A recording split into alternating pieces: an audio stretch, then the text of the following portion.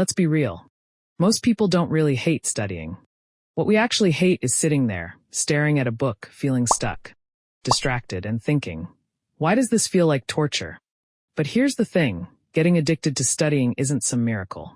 It's actually possible if you know how to flip the switch. Think about it.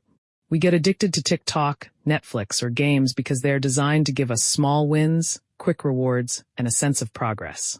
Studying can work the same way if you learn to set it up right. So how do we start? Here's the first trick.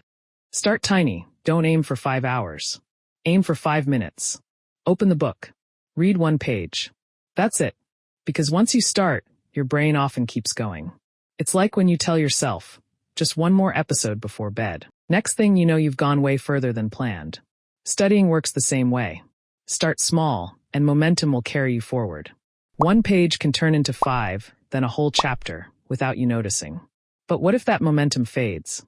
What if the material itself starts to feel a bit dull? That leads us to the next step. Studying doesn't have to be dry, so make it fun and engaging. Use colors, sticky notes, doodles, or even simple memory tricks like mnemonics. For example, if you're memorizing the order of planets, turn it into a silly, memorable sentence. If your notes look like a wall of text, it's easy to switch off. But if they feel a little more alive, your brain stays with it. Speaking of notes, there's a game-changing way to organize information that can instantly make your brain less tired. Use mind maps instead of notes. Here's a game changer. Stop copying notes word for word. It's tiring and slow. Instead, try mind maps. Start with one big idea in the middle, then branch out with smaller ideas, keywords, or images. For example, studying history? Put World War II in the center, then branch out. Causes, battles, leaders, outcomes. You'll see the big picture instead of drowning in paragraphs. Your brain remembers connections more easily when information is laid out visually. Now that you've started small and made it engaging, how do you make the habit actually stick? You need to train your brain like a dog. Set up small rewards. Finish a challenging chapter? Take a short, guilt-free break. Get through a problem set? Treat yourself to a small snack.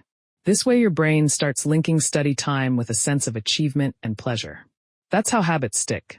But even with rewards, it's easy to get distracted if your environment is working against you. Change your environment. Don't always study where you relax or scroll your phone. Your brain has already linked that space with rest, not focus. Go to a library, a cafe, or even just sit at a different desk or corner of your room. New spot, new focus. Once you've found your focus spot, you need a system to prevent burnout and keep the engine running. Use the Pomodoro Technique. 25-minute study. 5 minutes break. Repeat. It keeps you from burning out, and it actually tricks your brain into thinking that studying is entirely manageable. In those 5 minutes, do something quick that refreshes you. Stretch, grab a drink, walk around, or rest your eyes. It's just enough to recharge without losing focus. And finally, the secret sauce that makes games so addictive. Tracking your wins. Track progress. Japanese students tick off kanji characters as they learn them. You can do the same. Cross off chapters, pages, or hours on a simple calendar. Seeing progress build in front of you makes your brain want to keep going and achieve the next tick mark. So yeah, getting addicted to studying is easy, actually. But it only works if you stop waiting for motivation and start building momentum. Open the book. Just 5 minutes. That's all it takes to begin. If you found this video helpful, please give it a like, hit that subscribe button, and don't forget to ring the bell so you don't miss our next video. Which of these tips are you going to try today? Let me know in the comments below.